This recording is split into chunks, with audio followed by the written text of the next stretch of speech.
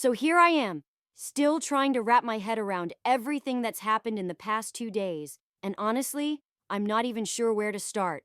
I guess the best place is the beginning. I met Tiago about 8 months ago at this international street food festival downtown. I was there with my roommate Bridget, just sampling everything in sight, and Tiago was working one of the stands, selling pastries from his home country, somewhere in South America. I'll keep it vague for privacy. He had this incredible accent, and to be real, I thought he was really cute right away.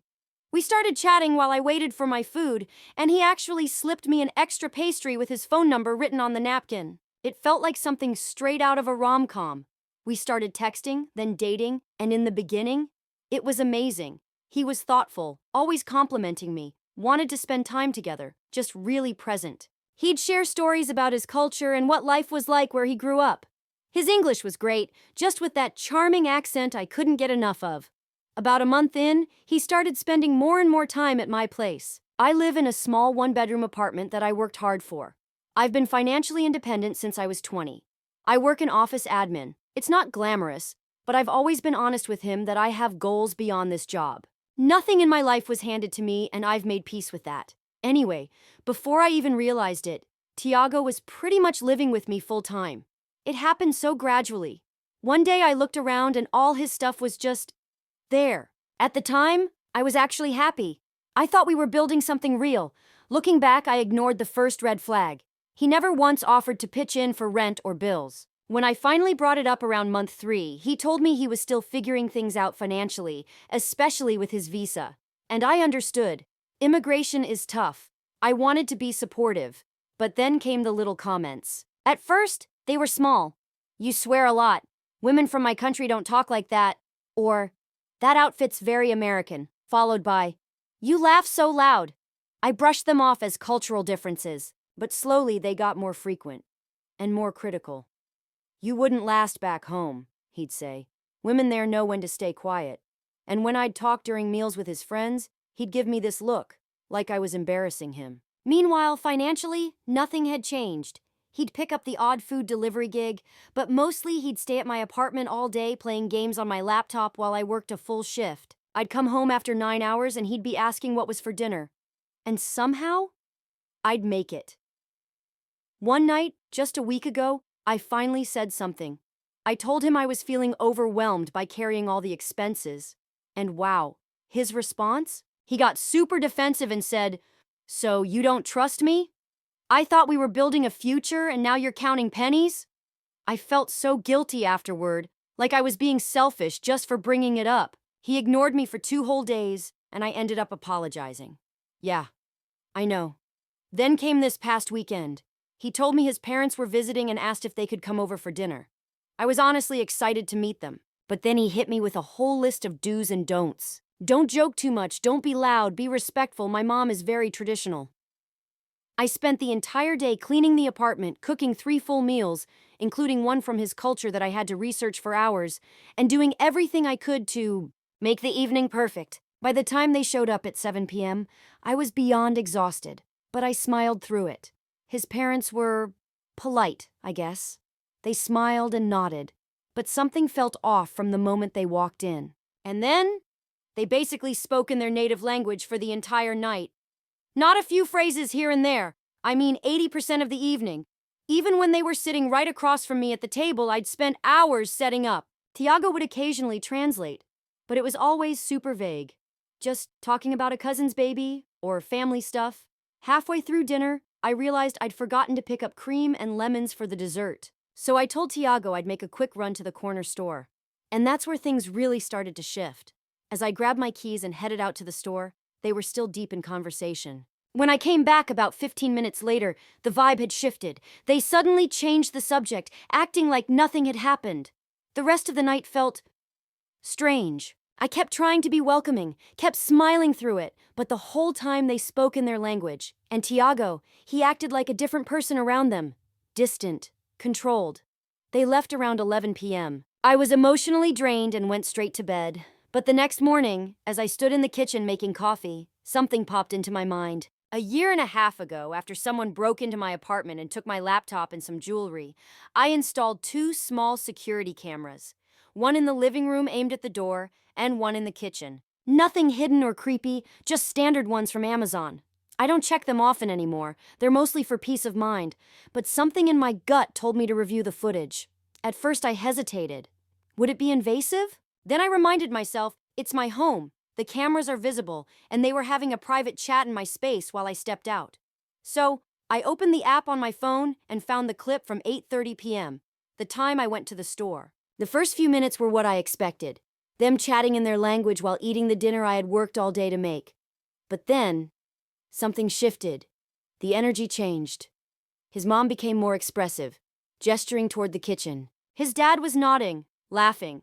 And Tiago, he was smiling, agreeing. I didn't understand the words, but I felt the mood turn. That's when I remembered an online tool I'd used for work, one that transcribes and translates audio. So I downloaded the clip and uploaded it. An hour later, I had the English transcript, and I wish I never had. The translation? It broke me. His mom said, "She's not very pretty, but she cleans up after you well." Then she laughed and added, "At least she knows her place." His father chimed in, "She's like a free maid." Smart move, son. And Tiago, the person I thought I was building something real with? He laughed. He agreed. He said, "She's useful. The place is always clean, food's always ready. American girls are easy to control. Just guilt them for asking anything and they'll give you everything." There was more, a lot worse. But honestly, I can't even bring myself to repeat it. They ridiculed how I looked, my job, the apartment, the food I cooked, all while sitting in my home at my table. And the worst part? Not once did Tiago step in to stop them. Not once did he defend me. Instead, he joined in. I sat in silence, staring at that screen, everything clicking into place. The small jabs, the passive-aggressive comments, the way he'd slowly chipped away at me over the months. He never respected me. I was never his partner. I was just convenient. And now, he's asleep in my bed as I'm writing this. He has no idea that I know. I'm sitting here in the same kitchen where they laughed at me, trying to figure out what comes next. I know I have to end it. I know he has to leave. But part of me wants to look him in the eye and let him know exactly what I heard. Because he needs to know I understood everything. Update. He just woke up and asked what I was doing. I told him, "Just checking emails." He kissed me on the head and got in the shower. And I think I'm gonna pack his things while he's in there. I can't let him spend another night under my roof. I started throwing his clothes, shoes, even his ridiculous gaming headset into trash bags.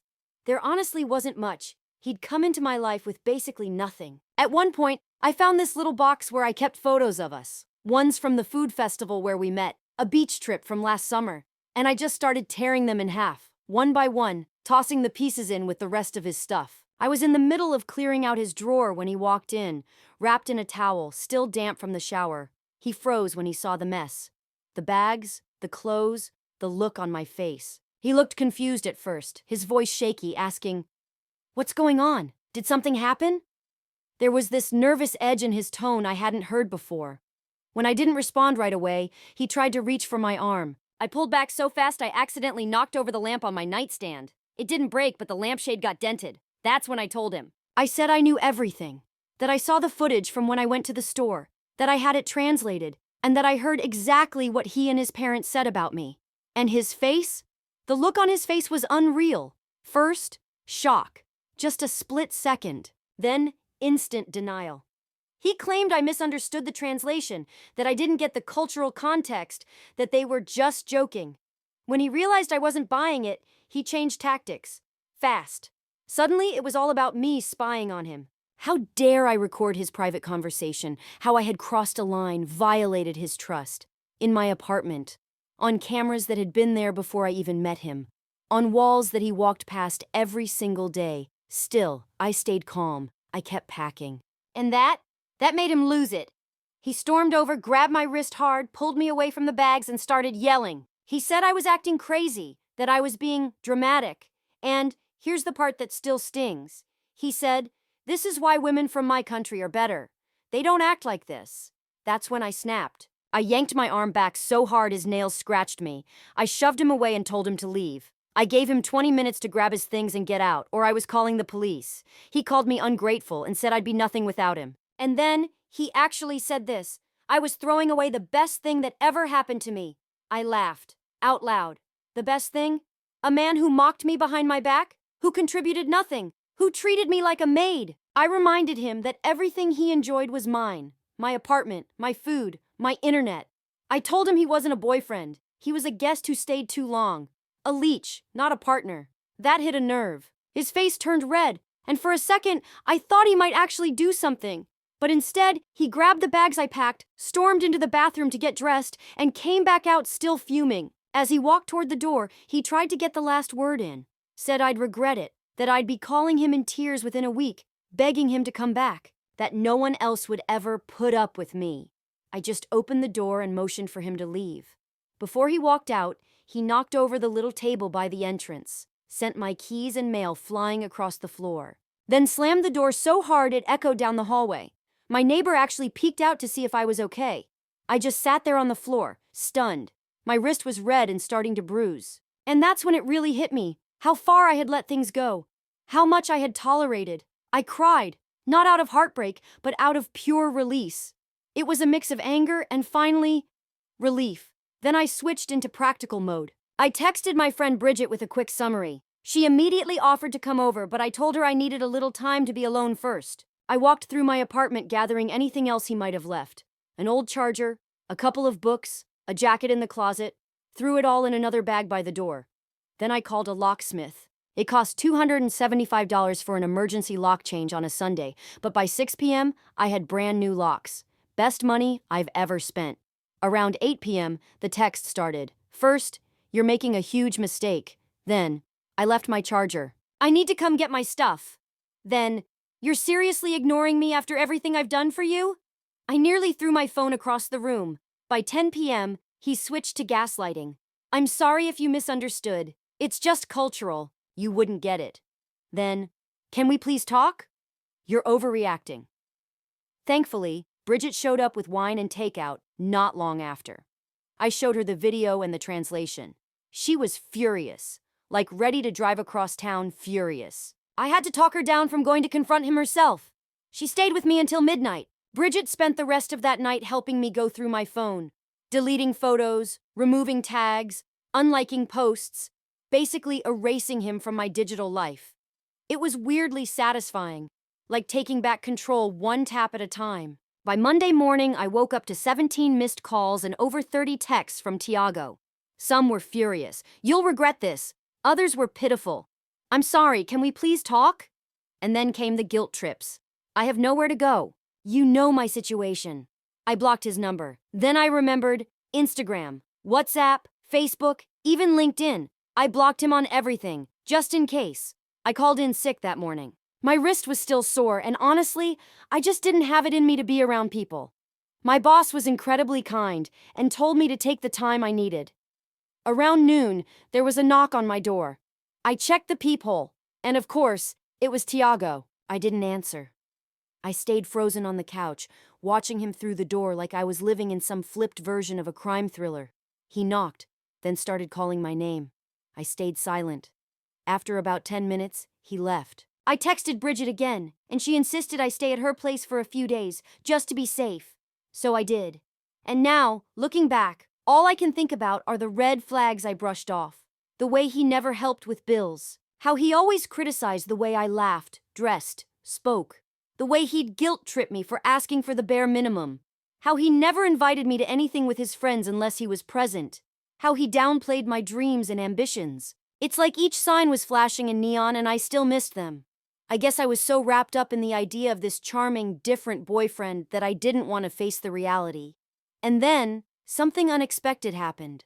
That afternoon, I got a message on Instagram from his cousin, the one he's actually close with. She told me Tiago had told the whole family that I threw him out because I was unstable and jealous of his culture. But she didn't buy it. She wanted to know the real story. So I sent her the transcript. She was horrified. She apologized on behalf of her family. At least one person had the decency to see what actually happened. So now here I am, sleeping on a friend's couch, no contact with the person I thought I loved for 8 months, and trying to figure out what's next. I've never had a breakup explode like this before. Part of me is still nervous. He knows where I work. I keep wondering, will he show up? Is he done trying to get in touch? Bridget thinks I should file a police report about what happened with my wrist, just to have it on record. I'm not sure. Maybe she's right. Actually, if any of you have been through something like this, how long did it take for your ex to stop reaching out? Should I be worried about him showing up at my job? Am I overreacting? Anyway, that's where things stand right now. I know this was long and all over the place. My brain's still trying to catch up to everything that's happened. Second update. First, thank you. I read every single comment you guys left on my last post. The support, the advice, it helped more than you know. A lot of you told me to stay alert, document everything, and trust my gut. And you were right. I stayed with Bridget for 3 nights. And finally, by Wednesday, I felt ready to get back to my apartment. The bruising on my wrist had faded into this yellowish color. It didn't hurt anymore, but it was still a reminder. I hadn't heard from Tiago since I blocked him everywhere. No knocks, no texts, nothing. For the first time, I felt like maybe this nightmare was actually over. So Saturday morning, I woke up early and decided to go back home. Bridget offered to come with me, but I told her I'd be okay. I stopped for coffee on the way, constantly checking over my shoulder like I was in some budget spy film. When I walked into my place, everything was exactly as I had left it. I spent the whole morning deep cleaning. I changed the sheets, scrubbed the kitchen, rearranged the living room, basically trying to reclaim my space from any trace of him. I even burned that sage my sister gave me for Christmas. Yeah, maybe it's cheesy, but honestly, it helped. By noon, I figured I should check in with my parents. We usually talk on weekends, and I hadn't told them about the breakup yet. They live about 40 minutes away in the house I grew up in. I thought about calling, but decided it might be better to talk in person. So I texted my mom and asked if I could come for dinner. She replied, "Yes, we need to talk." Just that. No emojis. No exclamation points. That's not my mom. I tried calling. She didn't answer. My stomach dropped, but I convinced myself maybe she was just busy in the kitchen. I got to their house around 4 p.m., and the second I walked through the door, I could feel it. Something was off. My mom was sitting at the kitchen table, stiff and serious. She didn't get up to hug me like she always does. My dad stood by the counter, slowly stirring a cup of coffee, not saying anything. Whatever this was, it wasn't just about Tiago. When I walked into my parents' kitchen, my dad had his back to me, quietly making coffee. The tension in the room was immediate, thick enough to make me want to turn around and walk right back out. I asked what was going on, and my mom looked up at me with this expression I couldn't quite place. Then she asked me something that completely threw me. "Are you doing okay? Mentally?" I was stunned, confused. And then she said the words that made my stomach drop. Tiago had come to their house the day before.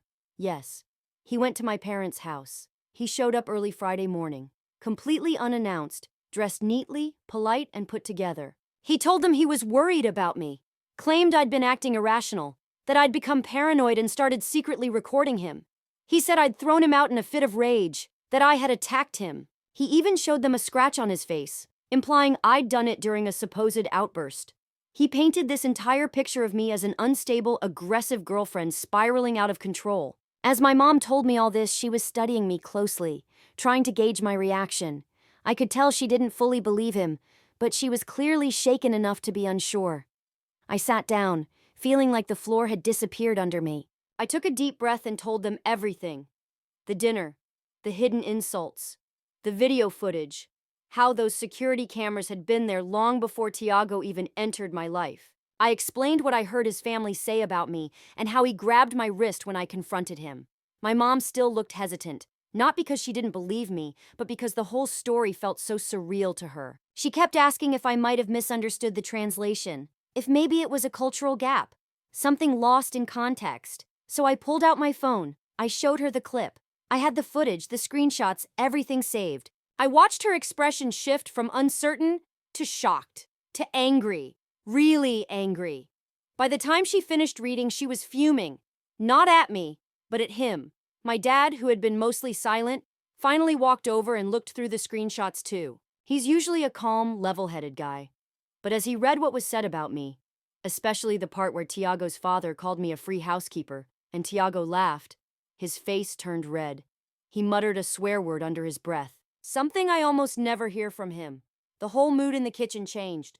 My mom came over and hugged me tight, apologizing for even considering Tiago's version of events. She said she should have trusted me from the start. Then she called him, word for word, a manipulative little weasel. And honestly, I laughed, because somehow, even in all the chaos, that moment felt like a hug in itself. But my dad, he went quiet again. Too quiet. Then he asked me, "What time does Tiago usually finish work? And where exactly does he deliver food?" I told him without thinking much of it. We tried to eat dinner after that, but my dad kept checking his watch. He barely touched his food. Then, around 7 p.m., he suddenly stood up, grabbed his keys, and said he had to go out for a bit. My mom asked where he was headed, but he just replied, "I'll be back soon," and walked out. The moment the door closed, we looked at each other and we knew exactly what he was doing. I started calling him right away. No answer. I began spiraling. What if he confronted Tiago and it turned into something worse? My mom was nervous too, but she kept trying to reassure me that he wouldn't do anything reckless, that he just wanted to make a point.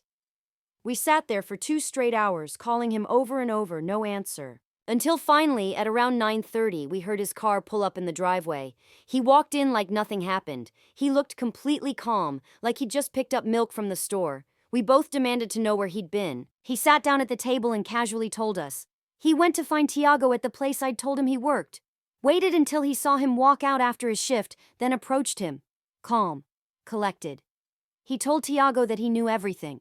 That he'd seen the video, read the translation, and knew what had really happened, and he told him, clearly and directly, to stay away from me, and from our entire family. At first, Tiago tried to defend himself, said it was all a big misunderstanding, but when my dad quoted specific lines from the video, he said Tiago's face went completely pale.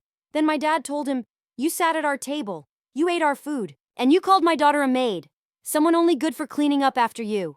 If you ever speak about her that way again, or if you spread another lie, you'll regret it." He didn't say what kind of regret.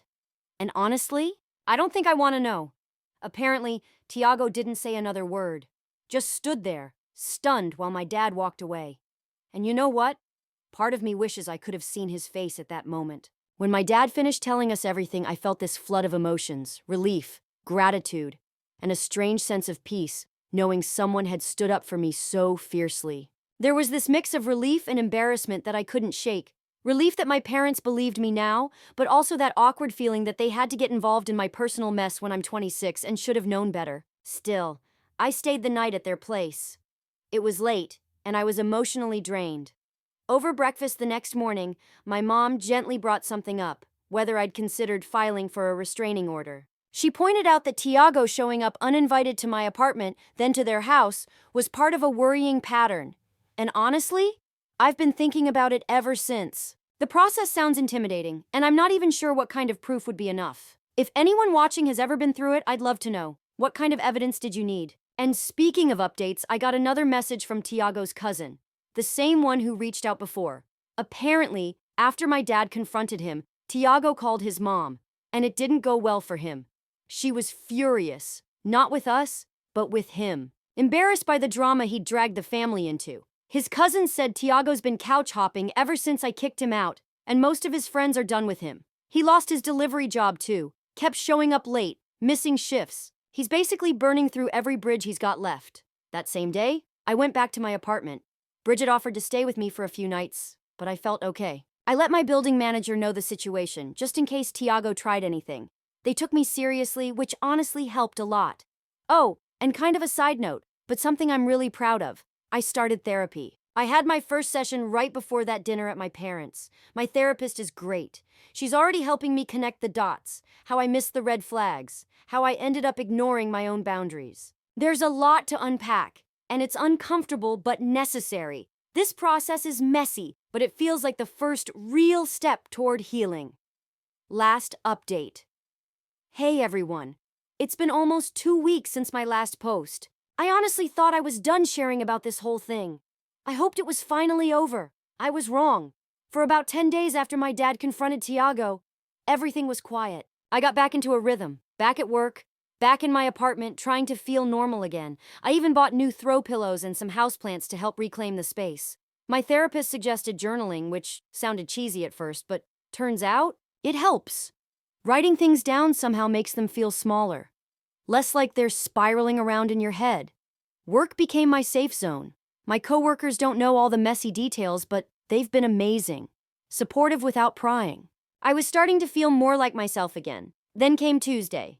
It started like any other day. I woke up, did my skincare routine while listening to a podcast, grabbed coffee from the usual spot, and headed into the office. The morning flew by, back-to-back meetings, non-stop work. I barely looked at my phone until lunch.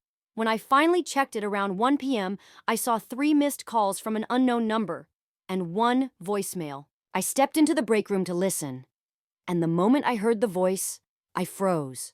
It was Tiago. His voice didn't sound right. Slurred words, jumping between English and his native language. From what I could make out, he said he needed to talk to me, that everything was falling apart, that I owed him a conversation. I deleted the voicemail immediately, blocked the number. Then I texted Bridget to let her know he'd found a way to contact me again. She didn't hesitate, told me to notify office security. At first, I thought she was overreacting, but just in case, I stopped by the front desk. Our building has 2 guards, Ron, who's been there forever, and Alexis, who's newer but super sharp. I gave them a quick explanation, that my ex might try to show up and I didn't want any contact. They took it seriously, said they'd keep an eye out. Still, back at my desk, I couldn't focus. I kept glancing at the elevator, watching the time tick by. By 4 p.m., I had convinced myself I was being paranoid. Then at 4:30, I was in a meeting with my team, one of those glass-walled conference rooms near reception. We were talking through some upcoming project when I saw movement in the lobby. I looked up. It was him, Tiago, standing at the front desk, talking animatedly to Alexis. My heart dropped. I mumbled something to my team, grabbed my phone, and quietly texted Ron, who I knew was on break in the back, to come to reception immediately. Then I ducked behind a column to stay out of sight. I stood there frozen, trying to decide what to do. Then I heard his voice, getting louder. Tiago was pushing past Alexis at the front desk, insisting he just needed 5 minutes with me. He called me immature, said I was being dramatic for avoiding him. That's when Ron showed up, and thank goodness he did. Ron's a big guy, former military. And the second he stepped between Tiago and the office space, everything changed. I couldn't hear every word, but I saw Ron's body language. Firm, clear, no room for argument. He pointed to the door, and for a moment, it looked like Tiago might actually leave. He stepped back, still arguing, but quieter. And then, because the universe apparently wanted to keep things extra dramatic, Marcus, a coworker, walked by me and casually asked if everything was okay. Tiago's head snapped toward the sound of Marcus's voice. When he saw me standing there with another guy, something in him switched. His expression darkened, and without warning, he shoved past Ron and charged toward us. Ron moved fast, grabbing his arm and trying to hold him back, but Tiago was yelling now, loud enough for the entire office to hear. He shouted that I had ruined his life, turned everyone against him, and was already moving on, with Marcus, who looked completely caught off guard. People were standing up from their desks, peeking out of meeting rooms. It felt like the entire office was watching this unfold. I was mortified and terrified. Marcus instinctively stepped in front of me to shield me, which was thoughtful, but it only made Tiago more agitated. He kept yelling, accusing me of manipulating him, of recording him to sabotage his life, of physically throwing him out. Then, in the blink of an eye, his tone changed, his voice cracked, he started begging, real tears running down his face. He said he loved me, that he needed me, that he had nowhere else to go. Alexis had already called building security, and just as Tiago made one last attempt to break free from Ron, 2 more guards rushed in. Tiago lunged toward me again, and Marcus instinctively blocked him. Tiago swung at him, missed by inches. Security took him down immediately, 1 guard on each arm, dragging him toward the elevators. Even as they pulled him away, he kept yelling, bouncing between apologies and threats. And just before the elevator doors closed, he looked back over his shoulder and shouted, "You'll regret this! This isn't over!" Then he was gone. My boss appeared next to me moments later, calm but serious, and quietly told me to take the rest of the day off. She walked me to my desk, waited while I grabbed my things, and then had Ron escort me to my car, just in case. The whole time, it felt like I was watching someone else's life happen in slow motion.